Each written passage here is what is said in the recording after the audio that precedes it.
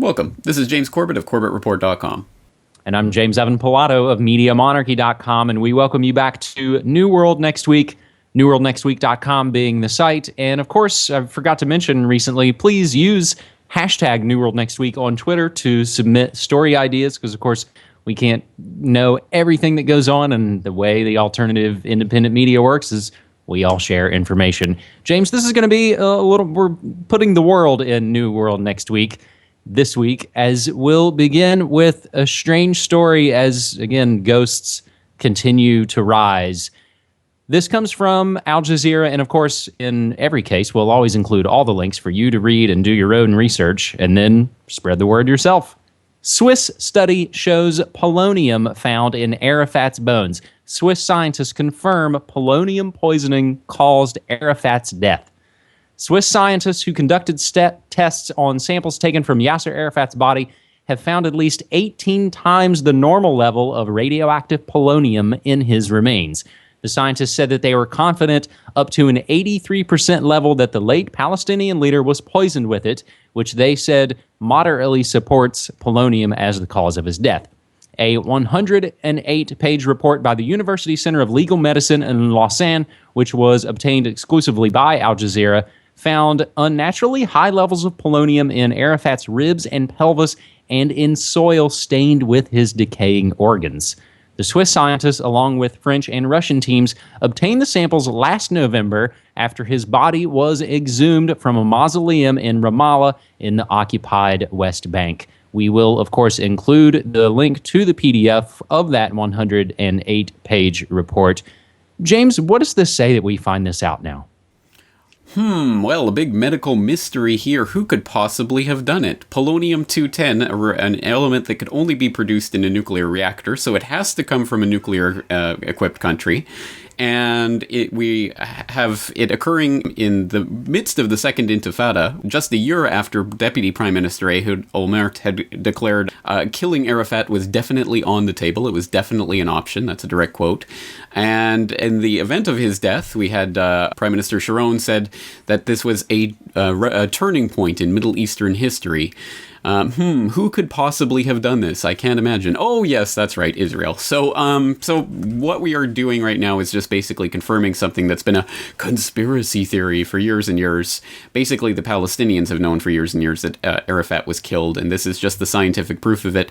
They're trying to couch it in a lot of the Western media as, this Swiss report is indicating that it may perhaps possibly indicate that he could have potentially been poisoned. But if you actually look into it, there's very little doubt about it. 18 times natural levels of polonium-210 discovered in his bones after his mystery illness. So there's really no mystery here. He was poisoned.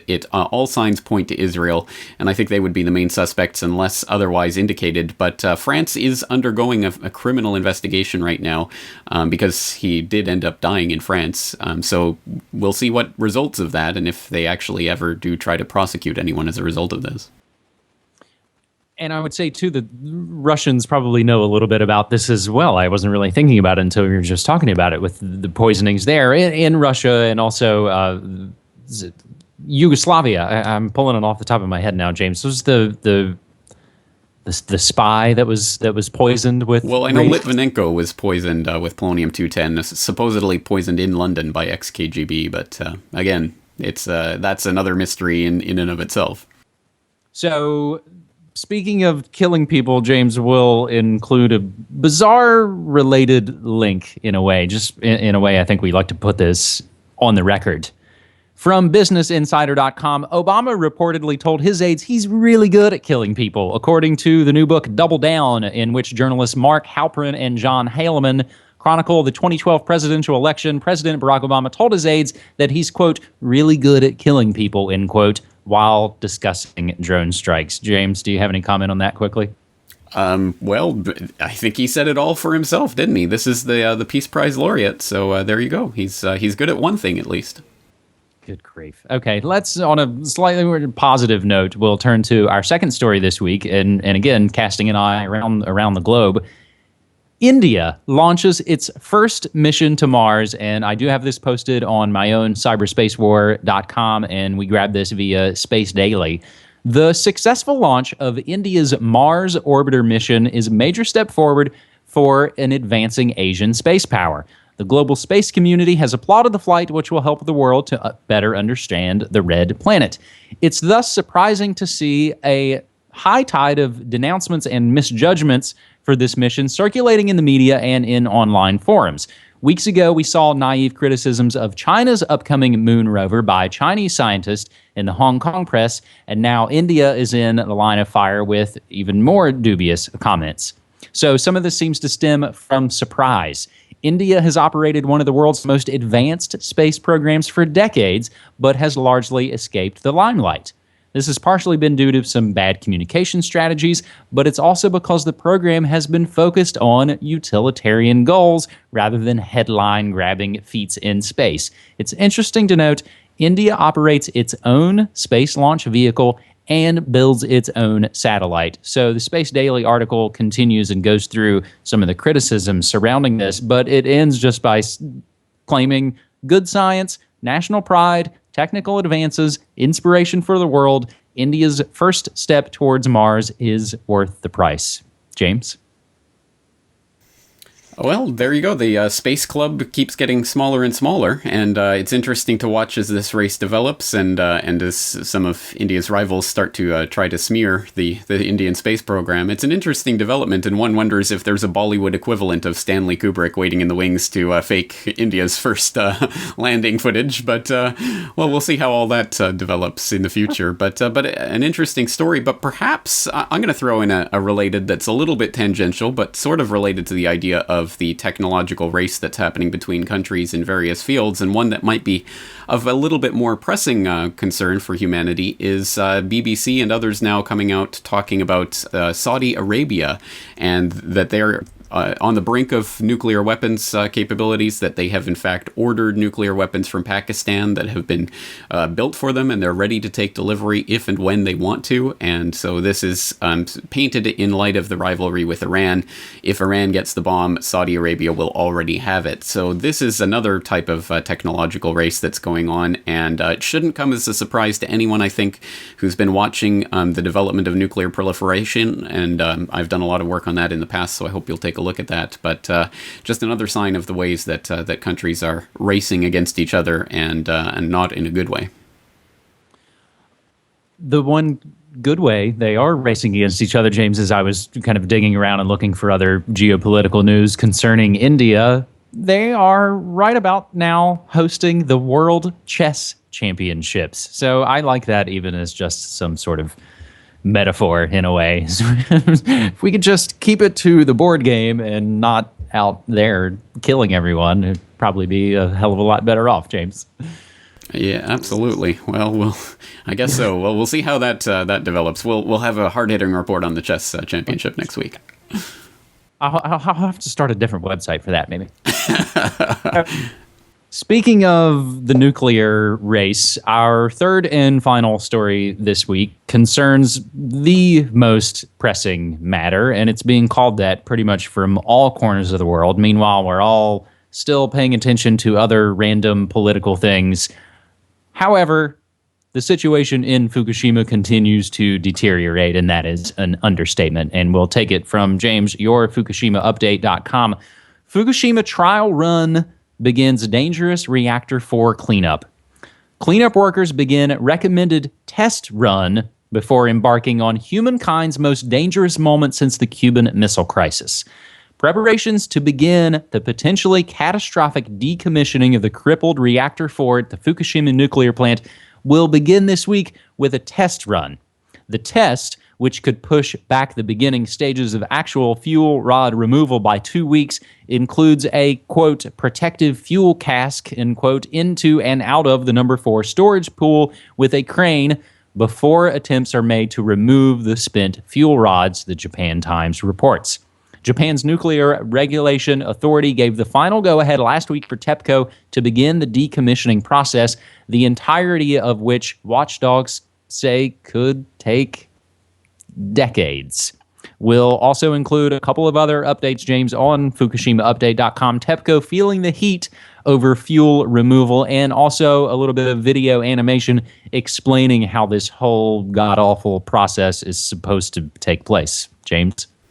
Well, we'll definitely be keeping our eye on this. This is obviously the next major step in Fukushima and what's going on there. So Brock West and I are going to be keeping our eyes on that for FukushimaUpdate.com. I hope people will be checking for regular updates if and when and as this gets underway later this month.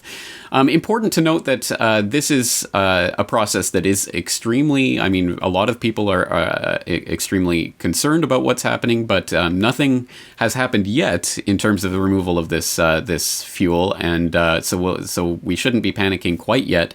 And it should be noted that there are dissenters on the other side. So we have people like Arnie Gunderson and Helen Caldecott and people like that who are warning that this could have extremely disastrous effects if any of these rods come into contact during the removal process, or if any of them break during the removal process. We have others, even anti-nuclear campaigners like Thomas Cochrane of the Natural Resource Defense Council, and certain other scientists that are also linked up in one of the comments on one of these stories on Fukushima Update, that are saying that this is not as big a concern as it's being made out to be, that there is not a big risk of overheating, that there's good visibility on the fuel assemblies, etc. So again, I'm going to just report and leave it up to you guys out there to decide as you will. But it is, I think, a very interesting process that we're about to get underway here, and one that unfortunately, as with every other operation at the plant, brings with it a certain degree of risk, and I think we should definitely have our eyes on that. And it's an interesting process to watch, so I will put the link in there for that video so that people can go and take a look at what they plan on doing. But I think the video simplifies the process to a great degree because, as Arnie Gunderson said, generally this would be done with computers with precise precision, lifting the assemblies out of the pool. But in this case, the assemblies have shifted when the building shook, and now it's like trying to remove cigarettes from a crumpled cigarette pack. So this is not going to be an easy process, and we're definitely going to have to keep a close eye on it, which is exactly what we're doing at FukushimaUpdate.com. For people who don't know, I have a Fukushima website. I see people still asking me about Fukushima and things. Everything Fukushima related is at FukushimaUpdate.com. Please go there for the latest news and information. Once again, that site is now being updated on pretty much a daily basis by myself and Brock West of APperspective.net. And now that we've mentioned him, definitely a hat tip to our fifth Beatle, Brock West, and I appreciate his work on the Media Monarchy Kingdom. He helped me post to Food World Order and Cyberspace War as well. James, this was our topic on last night's Ground Zero episode, my day job on the national talk show that I work for. We had a nuclear physicist on, and we talked about this cleanup process coming, so I'll include a link to that show. In closing, I just want to mention a couple of things, James. Back here in the States, since we did our sort of world news episode of New World Next Week, there, of course, were elections here in the States. Yesterday, Washington State rejected labeling GMO foods, unfortunately. And I find it really interesting that there are almost a dozen counties in Colorado voting to secede and to create a new 51st state of North Colorado. So all that kind of news and so very, very much more you can find on my very busy Twitter feed at Media Monarchy. I mentioned hashtag New World Next Week, and the other bit of deprogramming I should make a note for, James, because we haven't mentioned it. The feed has not been working since Blip took us out of commission. I am working on that behind the scenes, getting a new World Next Week feed for folks. But of course, in the meantime, they can still get it from my feed, from your feed, and on YouTube and other platforms as well, James. That's it. Well, let's leave it there for today. James Evan Pilato, MediaMonarchy.com, FoodWorldOrder.com, CyberspaceWar.com, ChessChampionship.com. Oh, wait, no, not yet.